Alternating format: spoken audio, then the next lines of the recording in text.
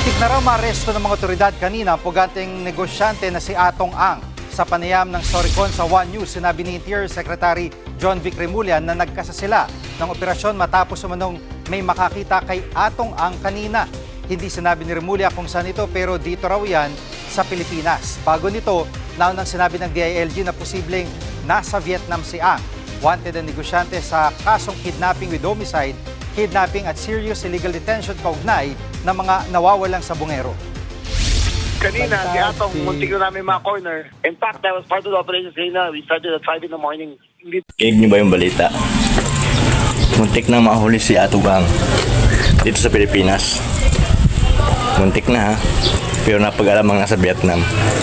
Anak ang titing ng balita yan. Ano ba yung klaseng balita yan? Biyang balita niyo pa, wala namang kalutoy-latoy. Muntik na mahuli sa Pilipinas. Pero napag-alamang nasa Vietnam. Anong muntik dyan? My goodness. Pati balita ngayon, wala nang kalutoy-latoy eh. Walang hiya naman buhay to.